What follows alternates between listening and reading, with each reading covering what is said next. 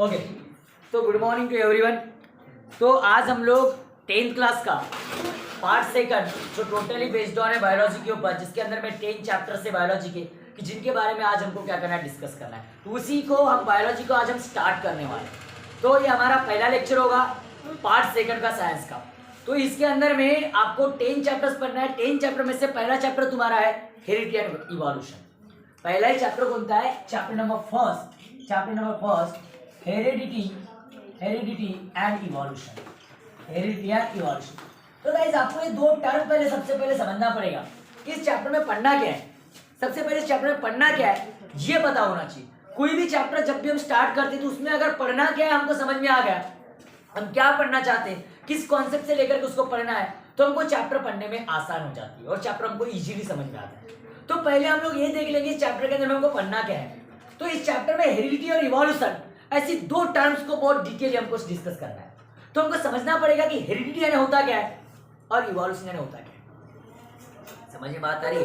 तो सबसे पहले हेरिडिटी यानी समझ लो शॉर्ट एंड स्वीट में। तो हेरिडिटी का मतलब क्या होता है? एक ऐसी प्रोसेस कि जिसके अंदर में कैरेक्टर ट्रांसफर होते कहां से? पेरेंट से किसके अंदर में? ऑफस्प्रिंग के अंदर। The process of transfer of characters from parent to offspring. जैसे आपने देखे होंगे, आप में से कोई भी देखो, आप हो, आप अगर एक तो आप अपने मम्मी जैसे दिख रहे होगे या पापा जैसे दिख रहे होगे, थोड़े बहुत तो दिखते ना, बोलते ना मम्मी जैसे दिख रहे हैं, पापा जैसे दिख रहे हैं। तो इसका मतलब क्या है कि मम्मी से या पापा से हमारे अंदर में क्या है? कैरेक्टर्स है।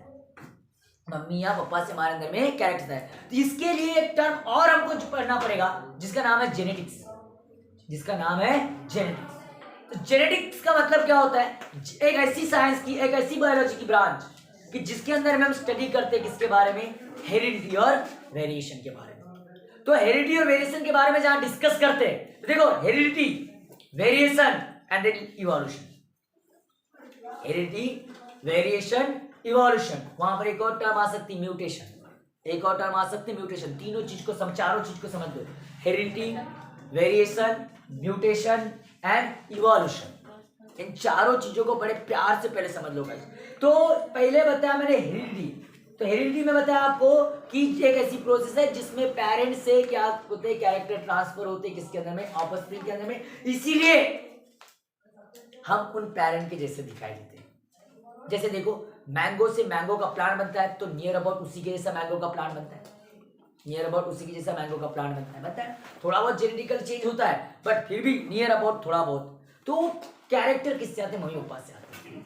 वो जीन के फॉर्म में आते हैं, क्रोमोसोम्स के थ्रू आते हैं, गैमेट्स के थ्रू आते हैं, है ना। तो उस प्रोसेस को हम लोग क्या बोलते हैं? हेरिडिटी बोलते हैं। और जो कैरेक्टर ट्रांसफर होते हैं, जो कैरेक्टर ट्रांसफर होते हैं फ्रॉम पेरेंट्स टू ऑफस्प्रिंग या one generation to another generation, या हम बोल सकते हैं कि अब पेरेंट टू प्रोजेनी।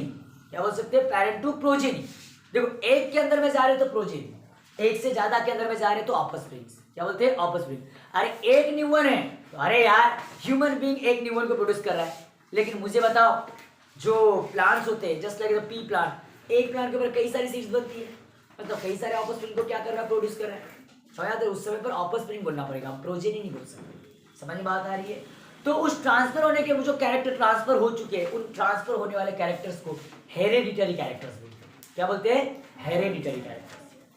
प्लांट्स में जैसे हाइट हो गया, हाइट ऑफ स्टेम हो गया, फ्लावर का कलर हो गया, है ना, उसके अंदर फ्लावर की पोजीशन हो गई, सीड का शेप हो गया, सीड का कलर हो गया, पॉड का शेप हो गया, पॉड का कलर, पॉड मतलब फली, ठीक है, पॉड का कलर, पॉड का शेप हो गया। ये सब कैरेक्टर कैसे है? ये कैरेक्टर हेरिडिटरी है।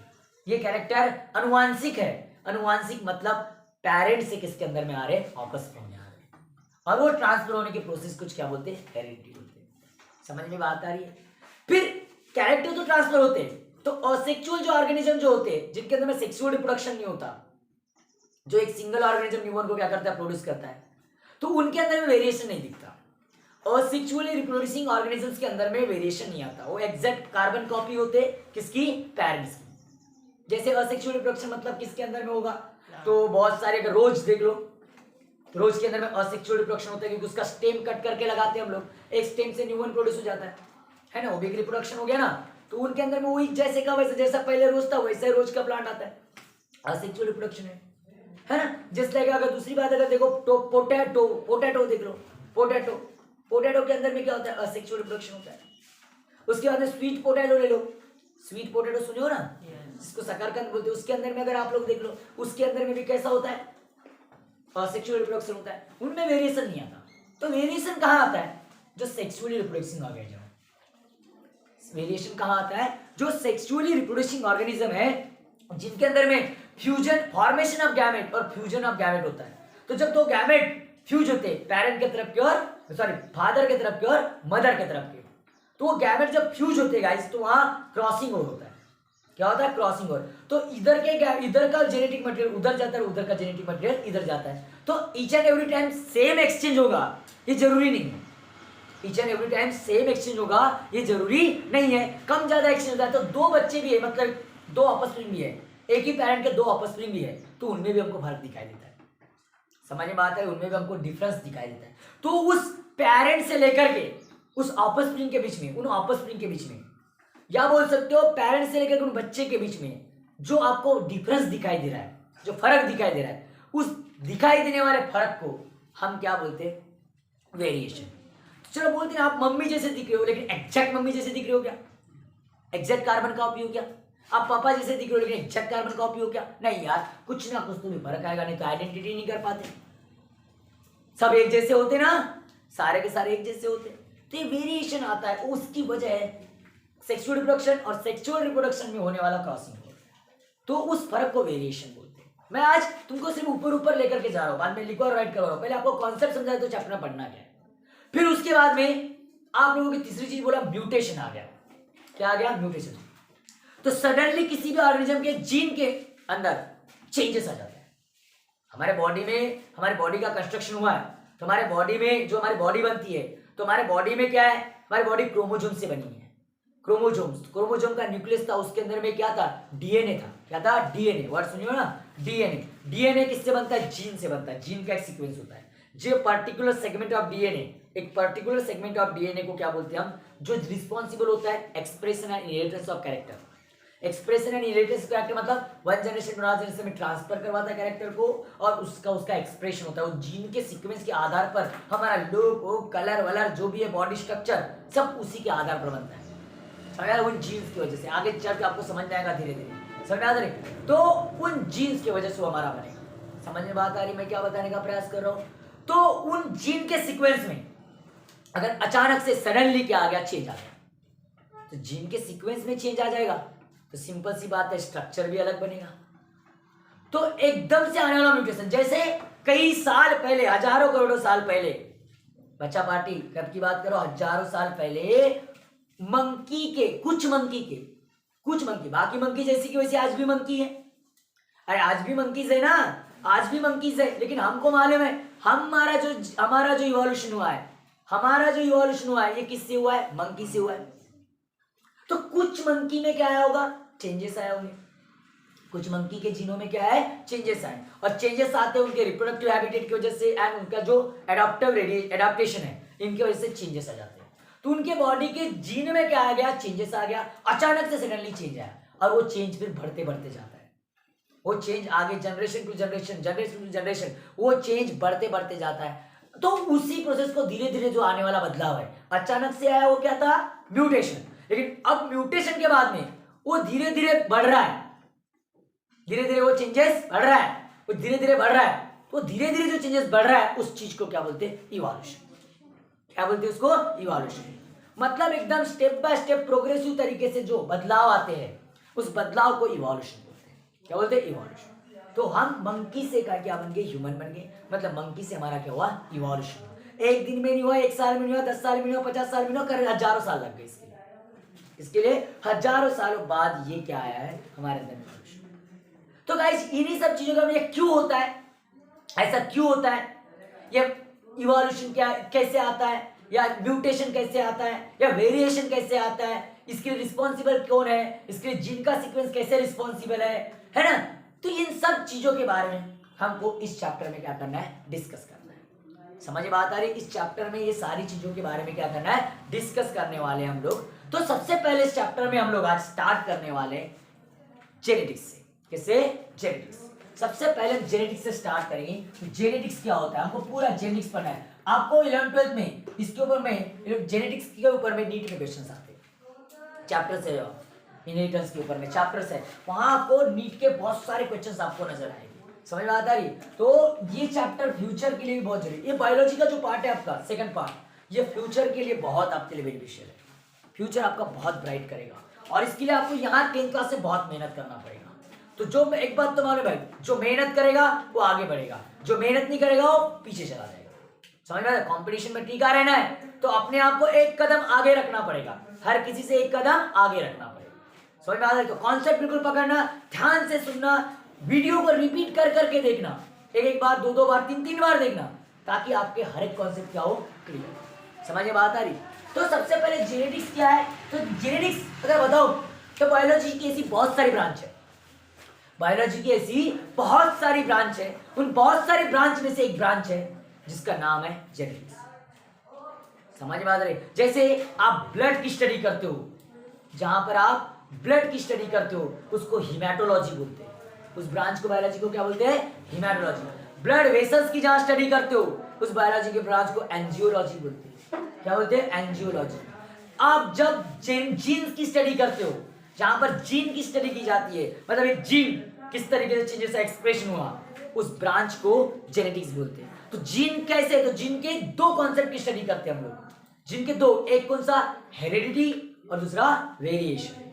एक कौन सा? हेरिडिटी और दूसरा कौन सा? वेरिएशन। ऐसे दो कॉन्सेप्ट की जहां पर स्टडी करेंगे उसको क्या बोलेंगे? जेनेटिक्स। क्या बोलेंगे? जेनेटिक्स। तो यहां पर अगर बात करें तो ऐसा बोल सकते हैं, genetics is the branch of, क्या बोलेंगे? Genetics is the branch of, genetics is the branch of biology. किसकी ब्रांच है? बायोलॉजी। आप साइंस भी बोले तो कोई प्रॉब्लम वाली बात नहीं है, 10th क्लास में बायोलॉजी बोल देते हम लोग, बायोलॉजी। विच डील्स विथ, क्या बोलोगे? विच डील्स विथ, मतलब जुड़ी हुई होना है ना, वो जुड़ी होना। Which deals with to study of, क्या बोलोगे? टू स्टडी ऑफ हेरिडिटी, किससे जुड़ी हुई है? Heredity and variation. Heredity and variation, इन दो चीजों से क्या है? जुड़ी हुई है। समझ में बात आ रही है? अरे समझ में बात आ रही है क्या?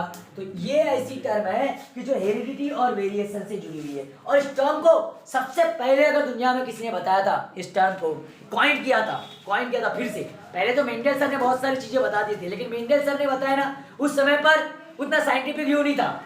Gregor Johann Mendel is the father of inheritance या फादर ऑफ जेनेटिक्स।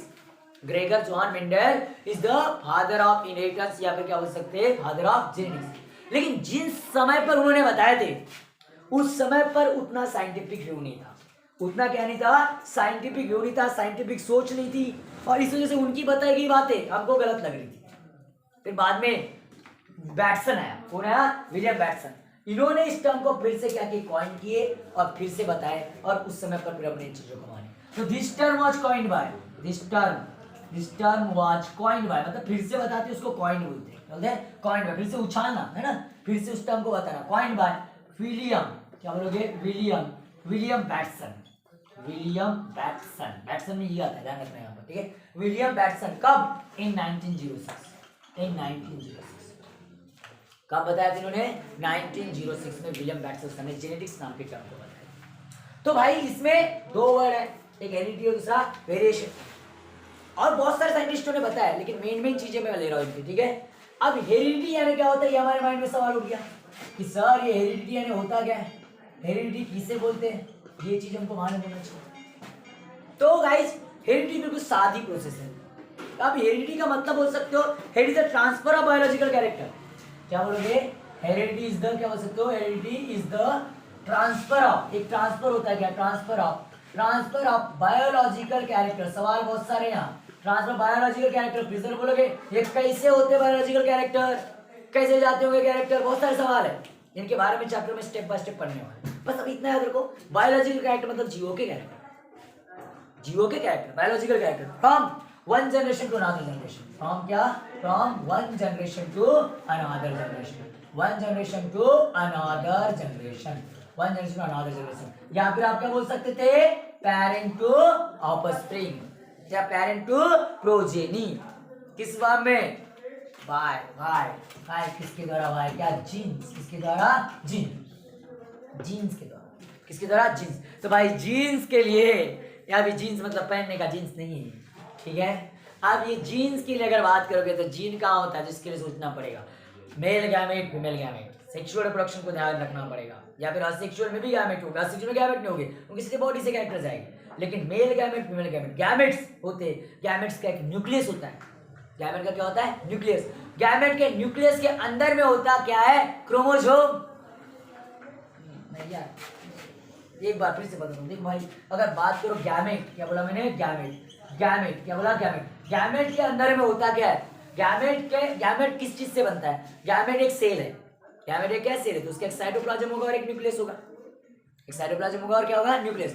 तो उसके न्यूक्लियस में जाने का क्या, न्यूक्लियस के अंदर में होते हैं क्रोमोसोम, क्या होते हैं, क्रोमोसोम। हमारे न्यूक्लियस के अंदर, हमारे जो गैमेटिक सेल है, इसमें 23 क्रोमोसोम होते हैं, कितने क्रोमोसोम, 23 मेल के पास, 23 फीमेल के पास, ऐसे मिल करके कितने क्रोमोसोम आते हैं न्यूबॉर्न के अंदर में, 46। इसमें एक पेयर सेक्स क्रोमोसोम की और 44 ऑटोसोम्स की, 44 ऑटोसोम्स की वजह से पूरी बॉडी बनती है। और जो मेल एंड फीमेल होना, जो रिप्रोडक्टिव सिस्टम, जो male and female reproductive system जो डिपेंड होता है, वो सेक्स क्रोमोसोम के पेयर के ऊपर डिपेंड होता है। तो यहाँ पर क्रोमोसोम और क्रोमोसोम के अंदर में क्या होता है, डीएनए, डीऑक्सीराइबोज न्यूक्लिक एसिड, क्या होता है, डीऑक्सीराइबोज न्यूक्लिक एसिड, डीएनए। और डीएनए के अंदर में होते हैं जीन्स, डीएनए मिलता है, बन के मिलता है जीन्स। समझ में बात आ रही है, मैं क्या बताने का प्रयास करो बच्चा बाटे, समझ में आ रहा है क्या, देखो यार बायोलॉजी का डिटेल है, और स्टार्टिंग के 2 चैप्टर थोड़े डिफिकल्ट जाते हैं 10th वालों के लिए, स्टार्टिंग के 2 चैप्टर थोड़े डिफिकल्ट जाते हैं, लेकिन भाई इतना डिफिकल्ट भी नहीं है, बहुत इजी वैसे मैं समझाने का प्रयास करूँ। समझ में आ रही है क्या, इतना समझ रहे हैं क्या मैंने क्या बोला, इतना समझ बच्चा, ले लो स्क्रीनशॉट इसका फटाफट। वो देखो बेटा, बायोलॉजी लिखा था मैंने, इसको बायोलॉजिकल कर देना थोड़ा, ठीक है। एक बार फिर से ले लो स्क्रीनशॉट। हाँ तो बिल्कुल देखो, अभी तो ये तो हेरिडिटी के बारे में, ठीक है। और यहाँ पर क्या बन गया था, जीन निकल गया था, जीन का सीक्वेंस कैसे होता है मैंने बताया, जीन के द्वारा जाता है। तो भाई जो कैरेक्टर जाते हैं ना, उन कैरेक्टर्स को हेरिडिटरी कैरेक्टर्स बोलते हैं, क्या बोलते हैं, हेरिडिटरी कैरेक्टर्स। हेरिडिटरी कैरेक्टर, जो कैरेक्टर जीन से गए हैं, जीन्स के सीक्वेंस के द्वारा गए हैं, मतलब आप जीन, डीएनए बोल सकते हो, गैमेट के द्वारा गए बोल सकते हैं हम लोग, उन कैरेक्टर्स को कौन से कैरेक्टर बोलते हैं, हेरिडिटरी कैरेक्टर्स। तो हम ऐसा बोल सकते हैं, क्या बोलोगे, द ट्रांसफर्ड, क्या बोल सकते हैं, द ट्रांसफर्ड, जो जा चुके हैं, द ट्रांसफर्ड कैरेक्टर्स, क्या बोल सकते हैं, द ट्रांसफर्ड कैरेक्टर्स फ्रॉम, क्या बोलोगे, फ्रॉम पेरेंट टू ऑफस्प्रिंग, या one generation to another generation. Parent to क्या बोलोगे, ऑफस्प्रिंग बोल सकते हो, ऑफस्प्रिंग, या फिर उसको क्या बोल सकते हो, और में प्रोजेनी बोल सकते हो बच्चा बाटी, क्या बोल सकते हो, प्रोजेनी, क्या बोल सकते हो, प्रोजेनी। एक रहा तो प्रोजेनी, एक से ज्यादा रहे तो ऑफस्प्रिंग। आर्काल, उनको क्या बोलते हैं, आर्काल एज हेरेडिटरी कैरेक्टर्स। आपको किसी नींद में भी पूछा तो बताते आना चाहिए, हेरेडिटरी कैरेक्टर्स। अब ऐसे बोलोगे बेटा तो एग्जांपल में देख लो, एग्जांपल में पहले प्लांट्स के बता देता हूं मैं, कुछ प्लांट्स के। तो प्लांट में हाइट ऑफ स्टेम क्या हो सकती है, height of stem hereditary character है, जैसे पेरेंट की हाइट होगी वैसे ही क्या होगा, नया प्लांट बनेगा, उतने हाइट का बनेगा नियर अबाउट में। समझ में आ रही है नहीं। उसके बाद में कलर ऑफ, क्या बोल सकते हैं, colour of flower, colour of flower है ना भाई, कलर फ्लावर का भी सही। पोजीशन ऑफ फ्लावर, पोजीशन, 2 प्रकार की पोजीशन होती है फ्लावर में, आपको मालूम है ना। कुछ प्लांट में एक्सियल फ्लावर होते हैं, एक्सियल फ्लावर मतलब ऐसा एक स्टेम है, ऐसी ब्रांच है, ब्रांच के पास में ऐसा फ्लावर आता है, ब्रांच से ऐसा फ्लावर निकलता है। तो कुछ प्लांट ऐसे होते हैं कि ये जो एकदम ब्रांच की जो टिप होती है, एकदम टिप, जिसको टर्मिनल बोलते हैं, ऐसा टर्मिनल फ्लावर होता है। समझ में आता है, टर्मिनल और ये एक्सियल, ऐसे 2 टाइप के फ्लावर की पोजीशन होती है। ये भी डिपेंड करता है, अगर पेरेंट में जिस प्रकार की पोजीशन होगी, उस प्रकार की पोजीशन किस में होगी, न्यूबॉर्न के अंदर में होगी।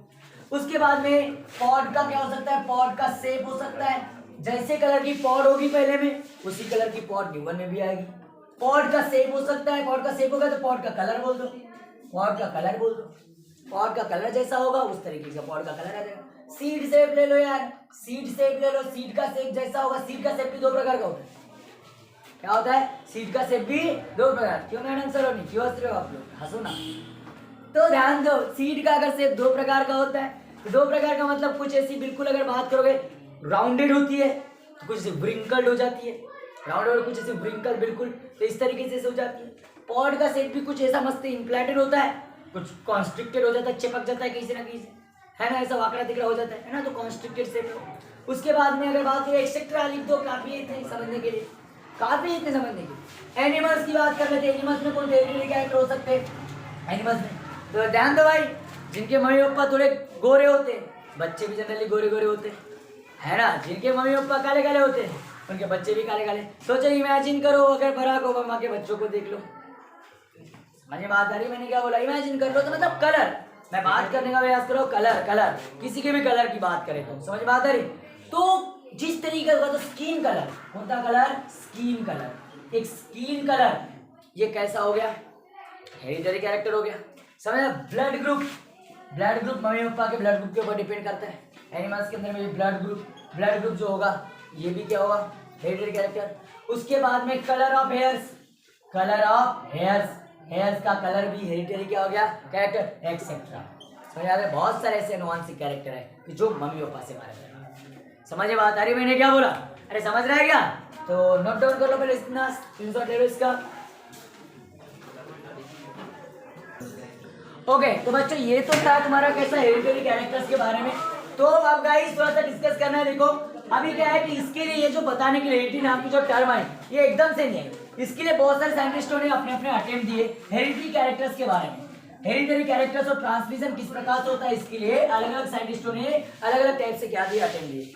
लेकिन फादर ऑफ जेनेटिक्स तो हमेशा ग्रेगर जोहान मेंडल सर को माना गया। किसको माना गया?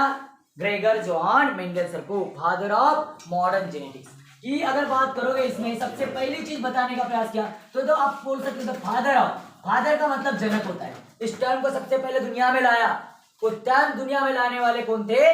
ग्रेगर जोहान मेंडल सर थे। कौन थे? Gregor Johann Mendel. क्या आपको जोहान ग्रेगर मेंडल बोला है कि फादर ऑफ जेनेटिक्स, क्या बोलोगे? फादर ऑफ जेनेटिक्स, क्या जेनेटिक्स इज, भैया फादर ऑफ जेनेटिक्स आर। अगर आप ऐसे बोल सकते हो, आप कैसे बोल सकते हो? ऐसा बोल रहे हैं जोहान ग्रेगर मेंडल, ऐसा बोल दे यार, आसान हो जाएगा। Johann Gregor Mendel, Johann Gregor Mendel, क्या बोलोगे? Johann Gregor Mendel is pioneer, क्या बोल सकते हो? पायोनियर, या और में बोल सकते हो फादर, क्या बोल सकते हो? फादर ऑफ क्या? Genetics, modern genetics, modern genetics. Modern genetics की अगर कोई फादर है तो एक ग्रेगर जोहान मेंडल या जोहान ग्रेगर मेंडल।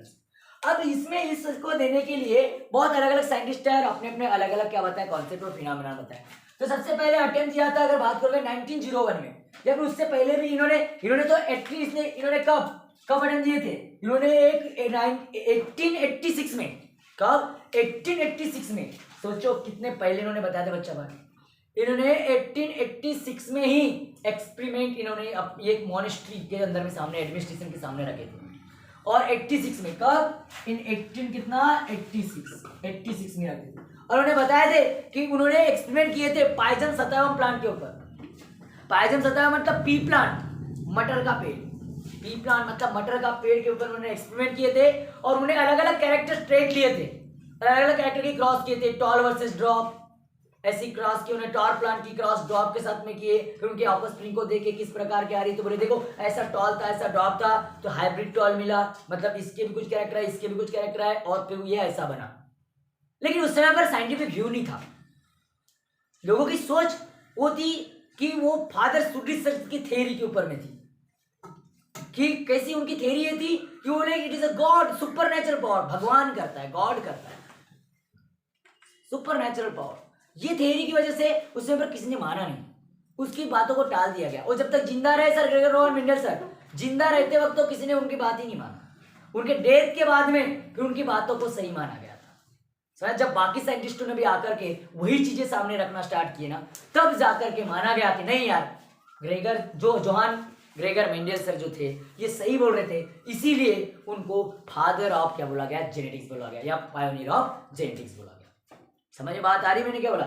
तो इसके बाद में नेक्स्ट अटेम्प्ट दिया था, नेक्स्ट अटेम्प्ट दिए थे किसने?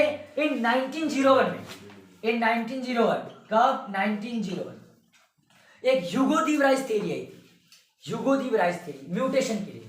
बोले किसी का म्यूटेशन आता है, बोले क्या आता है? बोले म्यूटेशन, तो उसके लिए थ्योरी आई। तो क्या बोलता है? The reason behind the sudden change, जो किसी भी ऑर्गेनिज्म में जो सडनली जो चेंज आता है, बोले जो वेरिएशन आता है, चेंज आता है, इसकी उन्होंने थ्योरी बताया कि द रीजन, क्या बोले इन्होंने? रीजन बिहाइंड द, क्या बोले? बिहाइंड द सडन चेंज, अचानक आने वाला चेंज, सडन चेंज जो सडन चेंज आता है, मतलब अचानक से जो क्या आता है, चेंज आता है, were understood due to, were understood क्या बोलोगे, वर अंडरस्टूड क्या बोलोगे, अंडरस्टूड, अंडरस्टूड ड्यू टू, किसकी वजह से पता चला, due to mutational theory of Hugo de branch, उनका mutational theory of Hugo de branch, क्या बोलोगे, Hugo de branch, Hugo de branch.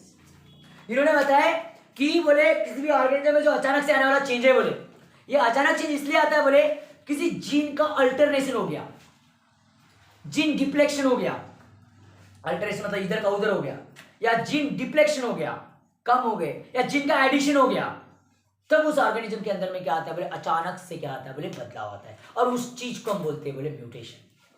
तो ये एक रीजन है बोले वेरिएशन के लिए अचानक से। तो उन्होंने अपने म्यूटेशन के बारे में बताया, अचानक आने वाले चेंज के बारे में बताया, ठीक है। और ऐसे बताते बताते गए, तभी हमको मेंडल सर के बारे में सही है करके मानना पड़ा, समझ रहे। फिर इसके बाद में इसी दौरान इन्होंने 1901 में और फिर 1902 में एक और थी, 1902 अब एक के बाद एक याद। 1902 में क्या हुआ, वाल्टर क्या हो गया, Walter and Sutton observe the pair chromosome in the cell of grasshopper, ठीक है। वाल्टर क्या बोलोगे, Walter and Sutton, Walter and Sutton observe क्या बोलोगे, ऑब्जर्व द पेयर क्रोमोसोम, तो observe the paired chromosome on किसके ऊपर में, ग्रासहॉपर। अगर बात करो, of the cells of grasshopper, in the sales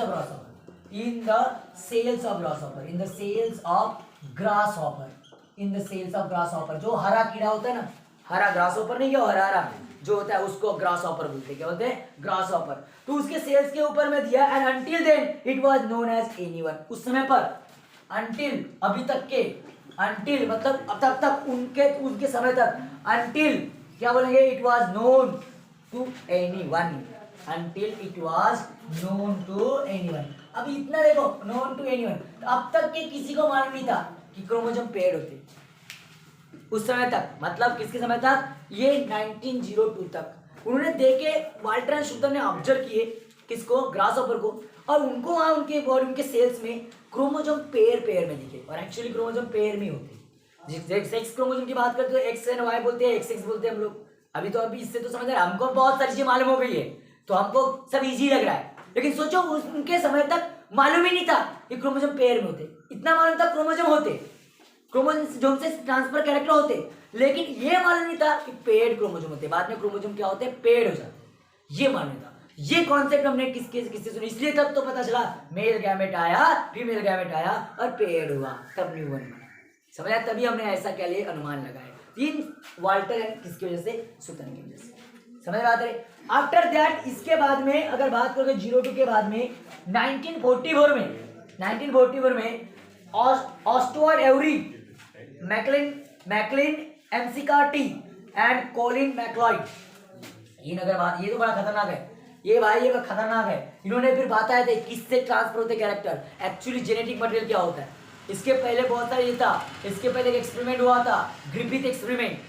एक कौन सा एक्सपेरिमेंट था, ग्रिफिथ। उन्होंने बताए थे कि कैरेक्टर किस प्रकार से ट्रांसमिट होते हैं, लेकिन वो बॉडी के सेल से जाते हैं, लेकिन किस पार्ट की वजह से, सेल के कौन से रीजन की वजह से होता है, ये नहीं बता पाए थे।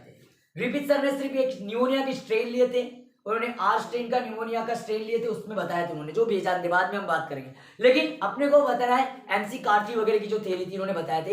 इन्होंने जो सैंपल लिए जिससे डिसीज कॉजिंग होता है, ऐसा सैंपल लिए, तो भाई रोग हुआ तो ट्रांसमिशन हुआ कि नहीं कैरेक्टर, अरे डिसीज हो रहा है मतलब ट्रांसमिशन हो रहा है कैरेक्टर, उससे फिर बॉडी का भी कैरेक्टर वैसे ही ट्रांसमिट होता होगा। इसी प्रकार से उन्होंने लिए, उन्होंने देखे पहले देखे सेल के अंदर में प्रोटीन लिए, विटामिन लिए, प्रोटीन विटामिन, फैट लिए, और उसके बाद में डीएनए भी लिए, और उसके बाद में अगर बात करें ग्लूकोज वगैरह भी लिए, ठीक है। तो उन्होंने देखे कि प्रोटीन को ट्रांसफर करने से किसी को कुछ भी चेंजेस नहीं आया, वो माइस के अंदर कोई चेंजेस नहीं आया, मतलब प्रोटीन से नहीं होता। फिर उन्होंने क्या किए कि बॉडी के दूसरे पार्ट्स के बारे में देखे, नहीं हुआ। लेकिन जब उन्होंने डीएनए ट्रांसफर किए तब वो डिसीज हो गया, डीएनए ट्रांसफर किए तो वो डिसीज हो गया। इसका मतलब डीएनए एक रिस्पॉन्सिबल है। ये चीज हमको किसने बताया, ये 1944 में 1944 में बताया ट्रायो। 1944 में क्या, 1944 में क्या आया, एक ट्रायो आया। ट्रायो मतलब तीन का संगम, किस किसका? ट्रायो ऑफ साइंटिस्ट, 3 साइंटिस्ट का संगम है ट्रायो। और संगम नहीं बोल सकते उसको, संगम 2 का होता है हमेशा, है ना? ट्रायो ट्रायो है ना। तो 3 ट्रायो ऑफ साइंटिस्ट, क्या बोल सकते हैं? Scientist, trio scientist. कौन सा ट्रायो? एक तो ऑस्टवाल्ड एवरी, ऑस्टवाल्ड एवरी। उसके बाद में दूसरा कौन सा था? McLean MC Karthi, McLean MC Karthi, McLean में वाया ना थी, McLean MC Karthi C small होता है, एमसी कार्थी। और उसके बाद में तीसरा था कोलिन मैक्लिओइड, कोलिन क्या था? कोलिन मैक्लिओइड, एल कैपिटल है, ठीक है, मैक्लिओइड। ऐसे 3 साइंटिस्ट है और इन्होंने प्रूव किया, ये अगर बात करें, प्रूव किया एंड ही वाज प्रूव्ड, इन्होंने प्रूव करके दिया, proved DNA is a genetic material मतलब, बट प्रॉब्लम है एक्सेप्ट वायरसेस में छोड़ के, वायरस में जेनेटिक मटेरियल आरएनए होता है, वायरस में डीएनए से मिलता है, सम वायरसेस में प्रेजेंट होता है, लेकिन बाकी वायरसेस में क्या होता है? डीएनए क्या होता है? एब्सेंट होता है, कुछ वायरसेस में डीएनए एब्सेंट। तो इसका मतलब ये हुआ, बोले ऐसे सब किसी ने कुछ बताया, किसी ने कुछ बताया, लास्ट में ये साइंटिस्ट आए तीनों और इन्होंने बताया कि कैरेक्टर जो ट्रांसमिट होता है, बोले बोल रहे हो, बोले गैमेट से होता है, क्रोमोसोम से होता है, मान लिया क्रोमोसोम जाते हैं, बोले गैमेट जा रहे हैं तो क्रोमोसोम जा रहे हैं, बोले क्रोमोसोम जा रहे हैं तो ठीक है, बोले क्रोमोसोम के अंदर में क्या होता है? बोले डीएनए। तो डीएनए एक रिस्पॉन्सिबल है, बोले एक्सप्रेशन के लिए, किसी भी ऑर्गेनिज्म के अंदर में, कैरेक्टर के लिए। आपकी जो बॉडी का स्ट्रक्चर है, बॉडी का कलर है, जो भी चीज है बोले बॉडी के अंदर में, वो किस वजह से? बोले वो डीएनए की वजह से, उसका सीक्वेंस डिसाइड करता है, बोले कि वो ऑर्गेनिज्म किस प्रकार से होगा। समझ बात आ रही है? इसलिए हम आज मान रहे हैं कि डीएनए की वजह से हमारा क्या होता है? ओरिजिन होता है। समझ बात आ रही है? DNA is responsible for expression of the character. Guys, जितनी चीजें आपको समझ में आई होगी, तो फिर आगे चलकर हम डीएनए में कैसे चेंजेस आते हैं ये हम लोग देखेंगे नेक्स्ट वीडियो के अंदर। ओके गाइस, तब तक के लिए tata, bye bye, take care. भाई यहाँ पर थोड़ा सा ये 3 साइंटिस्ट का ट्रायो है ना, तो देवर लिखना पड़ेगा ना, ये थोड़ा सा देवर कर लो। ओके, ठीक है, बाय बाय, टाटा।